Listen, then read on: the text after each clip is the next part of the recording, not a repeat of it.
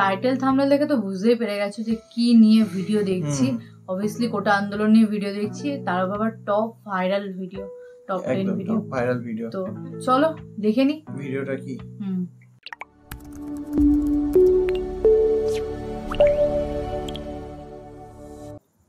পদত্যাগটা কেন চাইছেন? আজকে তার পদত্যাগের জন্য দাঁড়িয়েছে। হত্যাকাণ্ড হয়েছে, যত গণহত্যা হয়েছে, আমাদের ভাই বোনরা মরছে, সবকিছু তার নির্দেশেই হয়েছে। পুলিশ হচ্ছে সরকারের চামচা। কিছুই বলা যাবে না, এটা কোথাকার আইন? কে বিচার করবে? কাদের কাছে বিচার চাওয়ার দিন আছে নাকি? মেয়াদ লাগতেছে, ঘুমাইতে পারতেছি না, খাইতে পারতেছি না, রাস্তায় বাইরে হলে কি স্টুডেন্ট পরিচয় দেওয়া যাবে না? What the hell? তুমি আমি আমরা এখন আলাদা না, আমরা এখন বাংলাদেশের মানুষ। আমরা কথা বলবো মাথা উঁচু করে, আমাদের কথা আমাদেরকে বলতে হবে, আমাদের অধিকার মতো আমরা কথা বলবো, দ্যাটস ইট। এখানে এত এক্সট্রা কথা কোনো কিছুর মধ্যে নাই। আর বিচার চাই এর মধ্যে আমরা নেই। কারা করবে বিচার? কে বিচার করবে? কাদের কাছে বিচার চাই? হ্যালো গাইস, কেমন আছেন সবাই? আশা করি সবাই অনেক অনেক ভালো আছেন। বরাবরের মতো আমাদের নতুন আরেকটি ভিডিওতে আপনাকে স্বাগতম।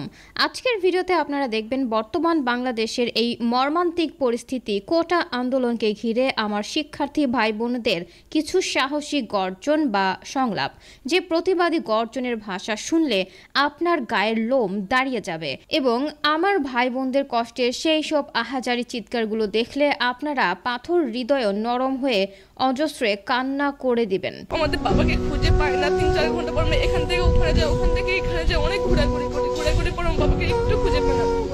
অনেকে বলতেছে মর্গে যান। আমরা বলতেছি আমার বাবা তো পিঠে গুলি লাগছে, মর্গে কেন যাবো? আমরা মর্গে যাবো না। এরপর আমরা মর্গের অনেক চেষ্টা করে মর্গে ঢুকে দেখি আমার বাবার নিথর লাশ পড়ে আছে মর্গের ভেতরে। আমরা মেয়ে মানুষ থাইকো না, ছেলেরা করতেছে, তোমরা যাও।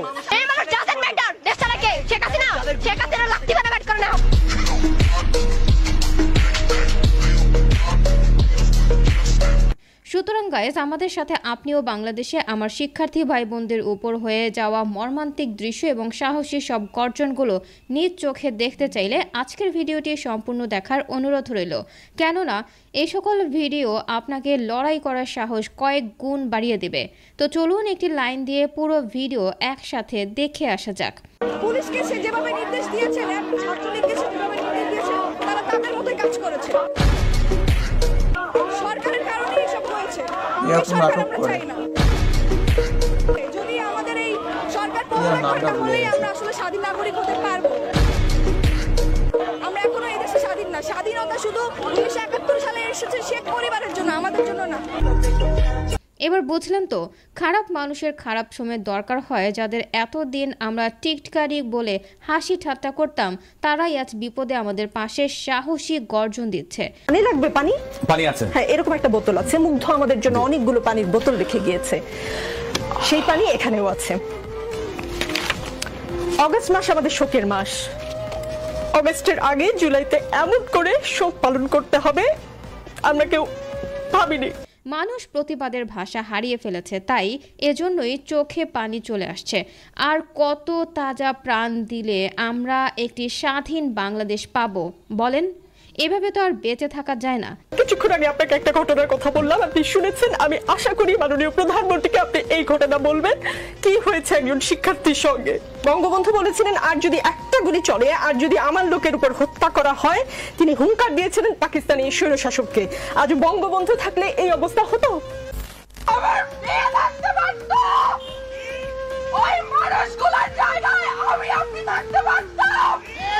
দেখেন কতটা কষ্ট নিয়ে কথাগুলো বলছেন আপুটি। সত্যি একবার চিন্তা করেন, যারা শহীদ হয়েছেন তারা আপনারা আমার কাছের মানুষ ভাবতেই কলিজা ছিঁড়ে যাবে। সরকারকে আমার একটা প্রশ্ন, আমরা তো হাতে অস্ত্র নেই নাই, আমরা খালি লাঠি আর ইট নিয়ে নামছি। আপনারা কি আসে রবার্ট বুলেট, অরিজিনাল বুলেট, বোমা, যে 4% রাইফেল নিয়ে নামছেন, আমাদের হাতে যদি অস্ত্র ওঠে আপনারা কি বাঁচবেন? একটা 4 কোটি রাজাকারের হাতে যদি অস্ত্র ওঠে আপনারা কি থাকতে পারবেন? আপনারা মাঠে আসতে পারবেন? এটাই আপনার কাছে প্রশ্ন। আমরা অস্ত্র ধরি না, যে হাতে কলম ধরি সে হাতে অস্ত্র ধরতে আমরা দুইবার চিন্তা করি। আমি আমি বিএনপি হিসেবে কথাগুলো ছিল না, গায়ে লিটারালি কাটা দিচ্ছে। করছি না, আমি রুমিন ফারহানা বাংলাদেশের একজন নাগরিক। আমার তো অধিকার আছে প্রতিবাদ জানানোর, আমি সেই প্রতিবাদটাই জানাতে এসেছি। লাল রক্তের রং, লাল প্রতিবাদের রং, লাল আন্দোলনের রং, লাল বিক্ষোভের রং। এবং আমার সন্তানের রক্ত ঝরেছে, আমার সন্তানরা রক্তাক্ত হয়েছে, তাদের সাথে সংহতি জানিয়ে আমি লাভ। আসলে গাইজ এখন আর আমাদের তোমাদের এই দল ওই দল বলতে কিছু নেই। এখন শুধু আমরা স্বাধীনভাবে মাথা উঁচু করে বাঁচতে চাই, আর কিচ্ছু না।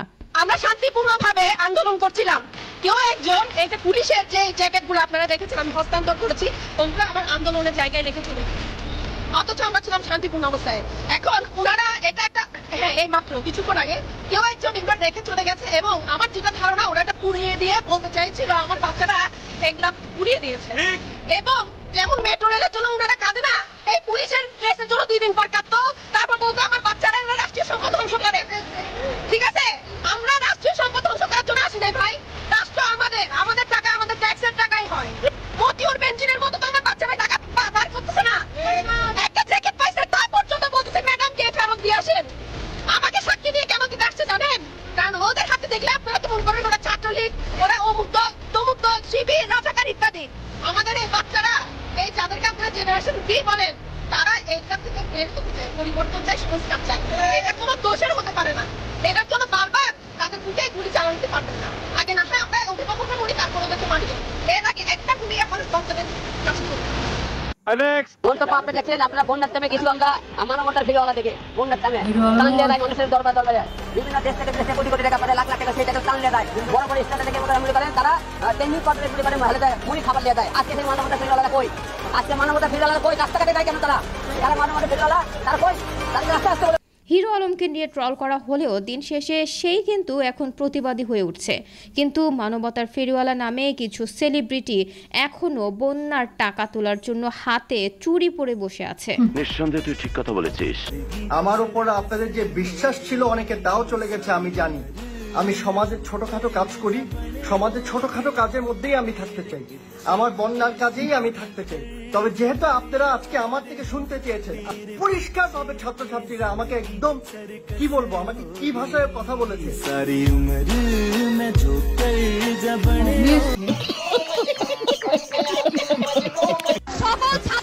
এটা তো বলা উচিতই।